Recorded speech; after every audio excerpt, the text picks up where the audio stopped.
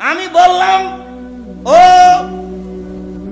কাজী সাহেব, আপনার যে খাতার বিবাহ রেজিস্ট্রেশনের জন্য আছে ওইটাকে আমি টয়লেট পেপার হিসাবে ব্যবহার করা পছন্দ করি না। কেন? ওতে 4 জনের সাক্ষী আছে, 4 জনের সাক্ষী জেনা প্রমাণ করা লাগে। জেনা প্রমাণ করতে কয়জন সাক্ষী লাগে? 4 জন। তো বিবাহতে তো আল্লাহর নবী 2 জনের কথা বলেছেন, তো এটা কি জেনা প্রমাণ করছেন না বিবাহ? তো বলেন তো আপনার খাতা খান কেমনে চলতে পারে, কিভাবে চলতে পারে? মানে আব্দুল্লাহ যেটা বললো সব কিছুই মিথ্যার উপরে চলছে, সবকিছু। যেটা আমি বলেছি আমার দেবনগর জন্মভূমি গ্রাম হিসাবে, যে দেখো ডুলি বিবি প্রথা এমন ভাবে ভুলে যেতে হবে, ডুলি বিবি শব্দটার মুখের উপরে পেশাব করে দিতে হবে। আজ থেকে নিয়ে 20 বছর পরে কোন ছেলে কোন মেয়ে যদি বলে ডুলি বিবি, তাহলে আরো 5 জন যেন বলে ডুলি বিবি কি গো, ডুলি বিবি কি, তার মানে কি এটা যেন বলে, এমন ভাবে ভুলে যেতে হবে। মারিয়াম জন বলছে নাসিয়া মানসিয়া, আমি জাতির অন্তর থেকে মুছে যেতে চাই। আরে ছি ছি ছি, আমি মারিয়াম, আমার বিবাহ হয়নি, আমার স্বামী নেই, আমি জেনাও করিনি, আমি ঈশাকে জাতির সামনে কি দিয়ে বুঝাবো? আমি ঈশাকে জাতির সামনে কি দিয়ে বুঝাবো? আমি যখন ঈশাকে নিয়ে গ্রামে গেলাম, গ্রামের লোক ঠিকই বললো, ছি ছি ছি ছি ছি, তোমার মা কত ভালো মানুষ, জেনা করেনি। আরে তোমার বাপ কত ভালো মানুষ, কোনোদিন জেনায় লিপ্ত হয়নি। আর তুমি তার মেয়ে জেনা করেছ, অবৈধ সন্তান কাঁধে করে গ্রামে নিয়ে এসেছ। আগে এই বাক্য বলেছিলেন মারিয়াম, আল্লাহ কুনতু নাসিয়া মানসিয়া, আমি এমন হতে চাই মানুষের অন্তর থেকে মুছে যেতে চাই, মানুষ যেন কেউ না জেনে মারিয়ামকে। ডুলি বিবি তেমন শব্দ ভুলে যেতে হবে। যদিও আমি বলেছি চাঁপাইনবাবগঞ্জ জেলার বিবাহের শুরু থেকে শেষ পর্যন্ত একটা কাজও জায়েজ নয়, আমার জানা অনুপাতে একটা কাজও জায়েজ নয়। এখন নতুন কোনটা হলো নাকি, মাওলানা খাড়গাঁয়ের মাওলানা, নামটা এখন ভুলে যাচ্ছে, আমার চাচাতো ভাইয়ের বিবাহ পড়ালেন, বিবাহ পড়ে বদরের আব্বা, বিবাহ পড়ানোর পরে বলছেন যে উঠো উঠো উঠো 2 রাকাত সালাত আদায় করো, উঠো 2 রাকাত সালাত আদায়। বিবাহ পড়ানোর পরে 2 রাকাত সালাত আদায় করতে। আর এখন বলছে বিবাহ পড়ানোর শেষে বলছে দাঁড়িয়ে বলো ওয়ালিমা, ওয়ালিমার দাওয়াত, ওয়ালিমার দাওয়াত। আরে বাসর রাতের সকালে হবে ওয়ালিমার দাওয়াত, বিবাহ পড়ানোর পরে ওয়ালিমার দাওয়াত হয় কি করে? বিবাহ পড়ানোর পরে কি দোয়া পড়তে হবে কারো জানা নাই, আন্ধা কো আন্ধা পড়াতে হয়। ধর্ম এমনিতেই চলছে।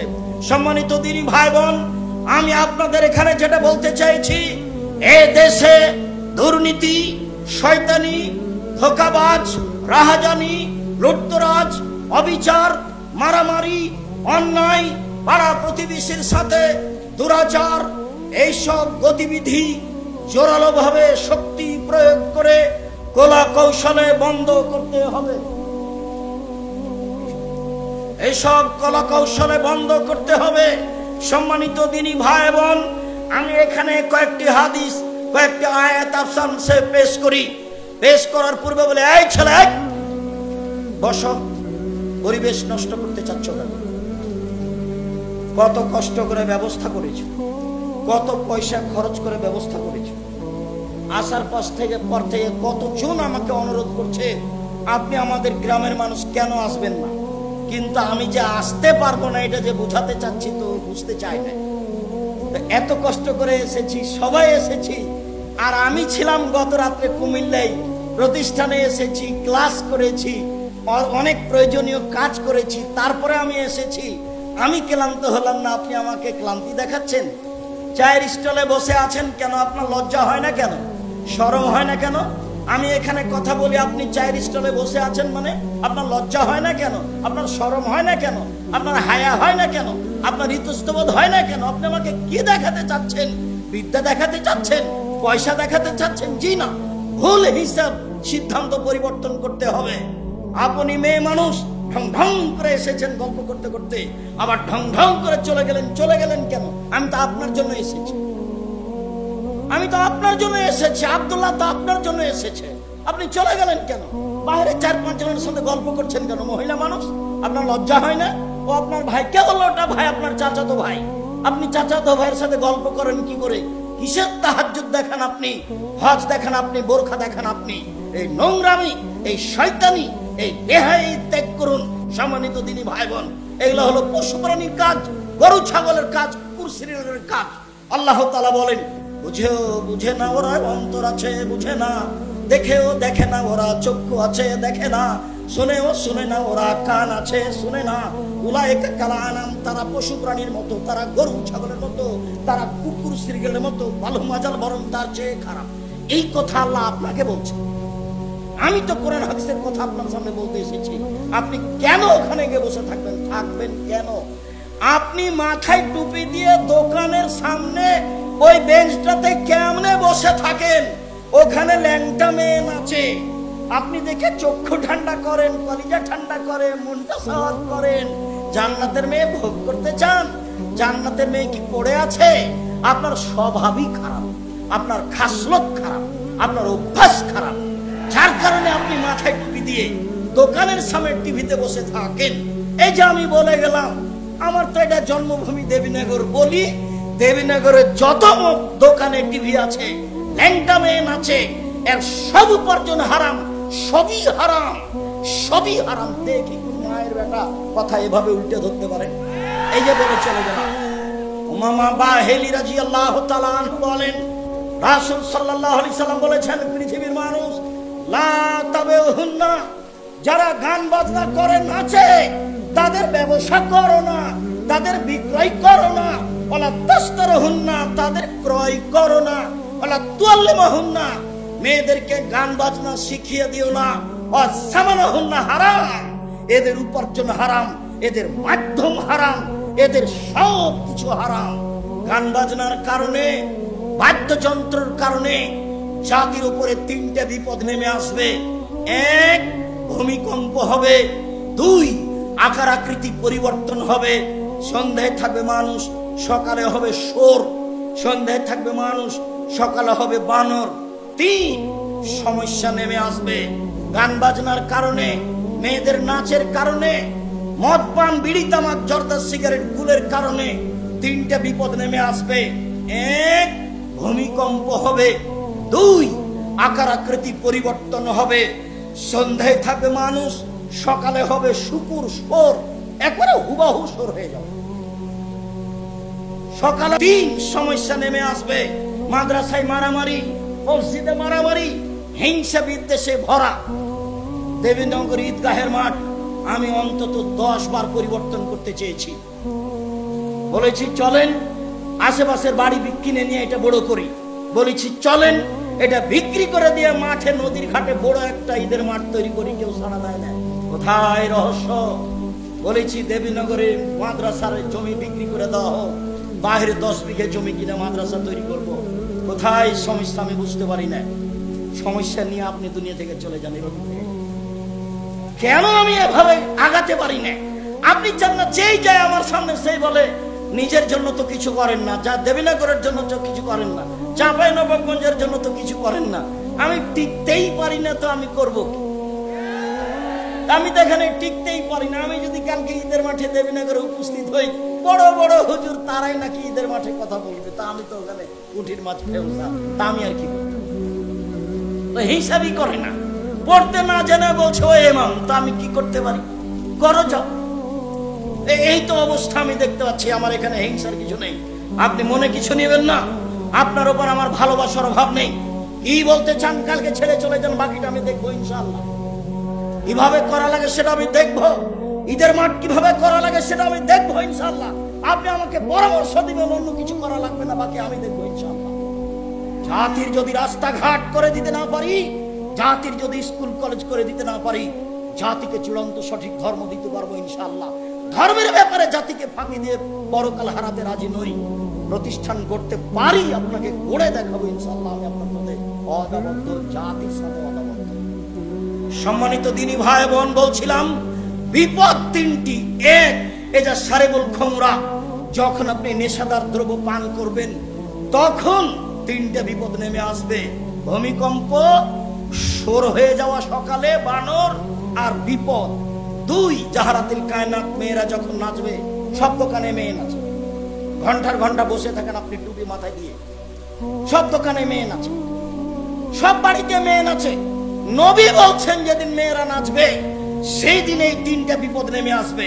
ওয়াদারাবু বিল মাযিব, যেদিন বাদ্যযন্ত্র প্রকাশ পাবে, সব মোবাইলে বাজনা বাজে, সব বাড়িতে বাজনা বাজে, সব দোকানে বাজনা বাজে, টিভি দোকানে বাজনা বাজছে, টিভি চলছে, আর আপনি সেখানে বসে আছেন।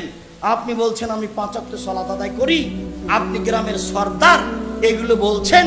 আমি বলে গেলাম ওদের কিছু নিয়ে না, আপনি আমার ভাই, আপনি আপনার চাচা, আপনার স্বভাবই খারাপ, সেই জন্য এখানে বসে থাকেন। আমাদের গ্রামের ভাষায় আপনার খাস লোক খারাপ। কেন আপনি এখানে বসে থাকবেন? এখানে ন্যাংটা মেয়ে নাচে। আল্লাহর নবীকে বলছেন, যাবের আল্লাহর নবী, হঠাৎ যদি আমার চোখটা বেটি ছেলের উপরে পড়ে যায়, মহিলার উপরে, তা আমি কি করবো? এটা জিজ্ঞাসা, হাদিস বুখারী মুসলিম।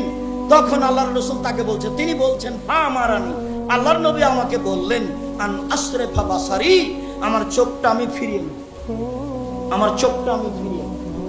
তা আপনি টিভিতে কারণবশত যদি খবর শোনেন, তো এভাবে থাকতে, এভাবে থাকতে। আপনি ওই রং মাখানো পতিতালয়ের মেয়েটার মুখখানের উপরে তাকিয়ে আছেন একবারে এক খেয়ালে, তখন আপনি তাহাজ্জুদ পড়েন। এটা হলো আল হায়া মিনাল ঈমান ওয়াল ঈমান ফিল জান্নাহ। লজ্জাই হচ্ছে ঈমান, ঈমানই হচ্ছে জান্নাত। আল হায়া মিনাল ঈমান, ঈমানই হচ্ছে জান্নাত, ঈমানই হচ্ছে জান্নাত, ঈমানই হচ্ছে লজ্জা, লজ্জাই হচ্ছে জান্নাত। আল্লাহ রাসূল বলছেন, সব নবী বলতেন এজালাম তাস্তাহি ফাসলামা শাইতা।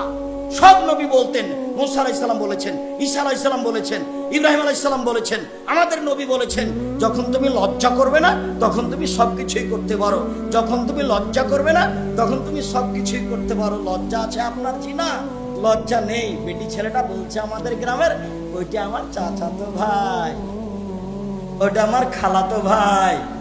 এখন বিবাহের বৈঠকে যেদিন কি খাওয়াচ্ছে থুবড়া, তখন বলছে যে অমুক ভাই আমরা আর মুখখান ধরে আছে বলে আমরা সারা গ্রামের লোক তার কাছে টাকা পাবো।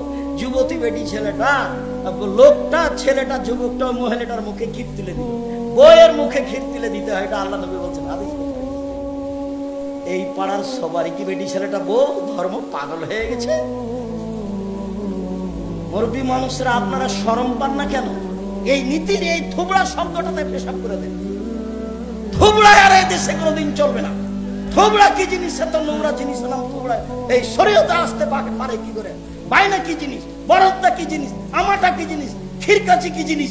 এই সব কিছুর মুখের উপরে পেশাব করে দিতে আর মেয়ের পক্ষ থেকে 6 জন লোক গেছে, ছেলের পক্ষ থেকে ডবল আসবে। ধর্ম পাগল হয়ে গেছে। আমের সময় আম দিতে হবে, আটা দিতে হবে, খাসি দিতে হবে। বোকা ছেলে, তুমি দিয়ে আসো।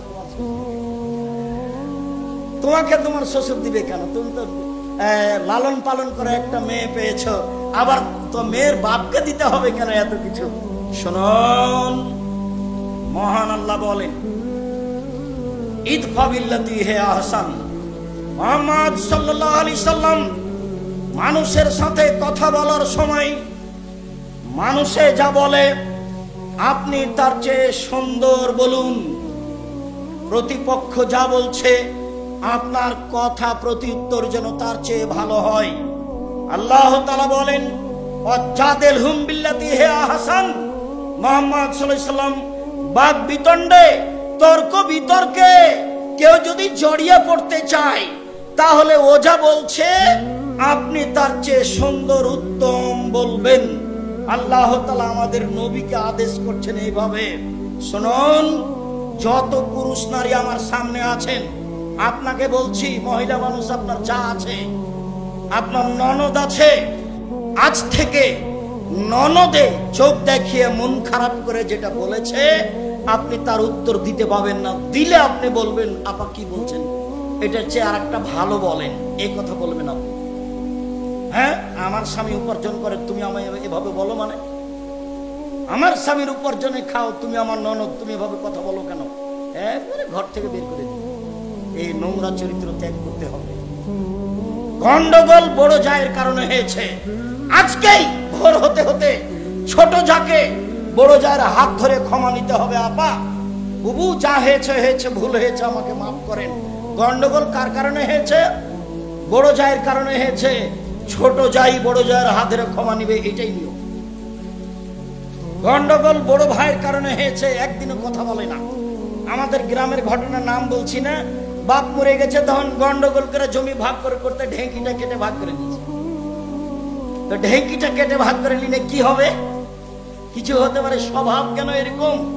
ছাড় শিখতে হবে, ছাড় দেওয়া শিখতে হবে। বড় ভাই নিয়েছে, আচ্ছা ভাই আপনি যেভাবে মনে করেন সেভাবে ভাগ করে দেন। এই কথাটা বললে তোমার কি হয়? যখন আমি রংপুর, দিনাজপুর, লালমনিরহাট, নীলফামারী, কুড়িগ্রাম, পঞ্চগড়, ঠাকুরগাঁও, গাইবান্ধা, জয়পুরহাট এইসব ডিস্ট্রিক্টে যাই, তখন আমি বলি যে তোমার বাপকে যদি আমি কুকুর শ্রীগালের চেয়ে খারাপ প্রমাণ করতে না পারি, বক্তব্য দিব না। কেন? এইসব ডিস্ট্রিক্টের লোকেরা বোনদেরকে জমি দেয় না, এরা শ্বশুর কাছে যৌতুক নেই। তো তোমার বাপকে যদি আমি কুকুর শ্রীগালের চেয়ে খারাপ মনে করতে না পারি, প্রমাণ করতে না পারি, বক্তব্য দিব না। আর তুমি তোমার বাবাকে গিয়ে বলবা রাত্রে, আব্বা ভাগ্য নিয়ে এসেছি, আব্বা ভাগ্য ছেড়ে আসেনি। ভাগ্যে যদি জমিদারি থাকে জমিদারি করে খাবো, ভাগ্যে যদি ভিক্ষা করা থাকে ভিক্ষা করে খাবো, কুকুর জমি খাবো না। এই কথা বলতে পারবা না? তো ছেলে বলে হ্যাঁ অবশ্যই বলবো, অবশ্যই বলবো। কলা বিক্রি করে খেতে রাজি আছি, লোন নিয়ে নয়। চকলেট বিক্রি করে খেতে রাজি আছি, লোন নিয়ে নয়। ছোট থেকে ছোট, বড় থেকে বড় ব্যবসা করবো সময়ের গতিতে। বড় ব্যবসায়ী হতে আমাকে মোটামুটি 30 থেকে 35 বছর সময় লাগবে। একদিনই হিরোইন কিনলাম, কলকাতায় বিক্রি করলাম, ঢাকায় রাতে রাতে ধনী হয়ে গেলাম, লোন নিয়ে ব্যবসা করলাম। এ ব্যবসা চলবে না। ভাইয়ের সাথে ভালো আচরণ, জায়ের সাথে ভালো আচরণ, বউয়ের সাথে ভালো আচরণ করতে হবে, এ কথা আল্লাহ তাআলা বলেন। শুনুন দিনী ভাই বোন, এক খেয়ালে চেয়ে থাকবেন, কথা অতীব গুরুত্বপূর্ণ। আমার দিনী বোনেরা যারা আছেন, যারা গেছে এসেছে, ঢং ঢং করে চলে গেছে, ঢং ঢং করে আপনি বসে থাকেন, আপনার গায়ের উপর দিয়ে আর একজন চলে গেলে আপনি মুখ খুলবেন না। যাক, আপনার গায়ের উপরে পা দিয়ে চলে গেছে, মুখ বন্ধ করে রাখেন, মুখ খুলবেন না। মুখ খুললেই বিপদ। আল্লাহর নবী বললেন বাঁচার 3টা পথ, সমাজে ভালো হওয়ার 3টা পথ। 1, মুখখান বন্ধ রেখো, জাহান্নাম থেকে বেঁচে যাওয়া, সমাজে ভালো হয়ে যাওয়া। 2, জরুরি প্রয়োজন ছাড়া বাড়ি ত্যাগ করবা না, জাহান্নাম থেকে বেঁচে যাওয়া, সমাজে ভালো হয়ে যাওয়া।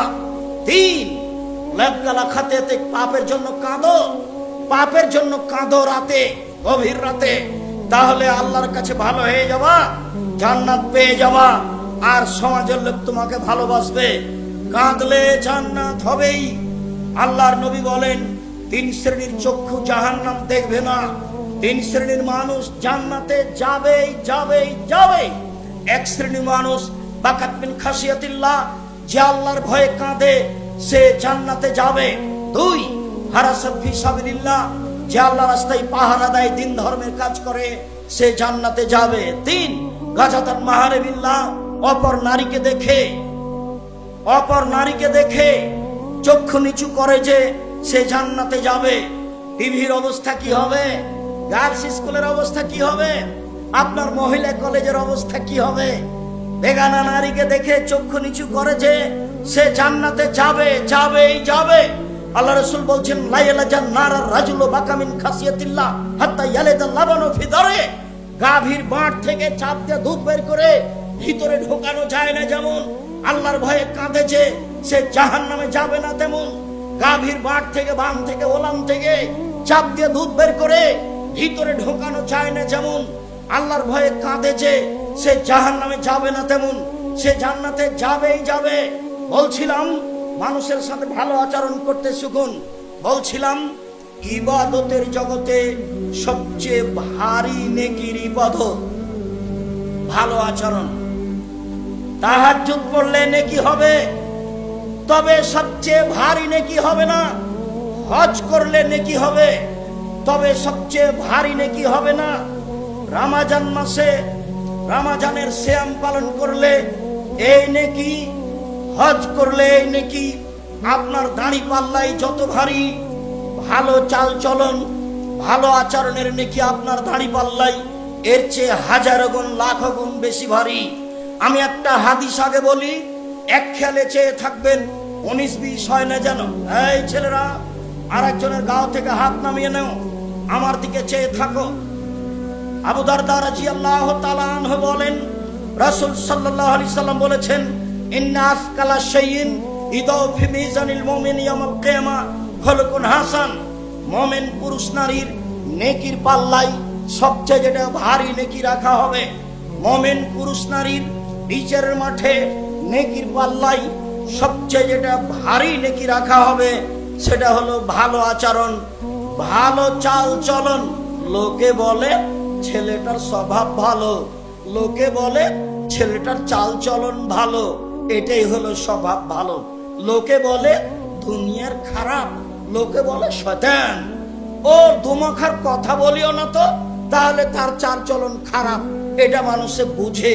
আবার একটু বলি, এখানে একটা অটো দাঁড়িয়ে আছে, আমি বসে আছি আর আপনি অটোতে উঠেছেন, উঠতেই লোকটা টান দিয়েছে, এখন আপনি আমার মুখের উপরে পড়ে গেছেন ব্যাগটা নিয়ে। তা আমি বললাম বসেন বসেন বসেন, কোনো সমস্যা নেই, বসেন। এইটা একটা আচরণ। আমি বললাম চোখ নাই, চোখ নাই, দেখতে পান না, এরকম ভাবে উঠেন কেন, মানুষের গায়ের উপরে পড়ে যান, এটা একটা আচরণ। বলেন তো কোনটা ভালো? তাহলে মানুষ ভালোটা বুঝে। এইটার নেকি সবচেয়ে ভারী নেকি দাঁড়ি পাল্লাই।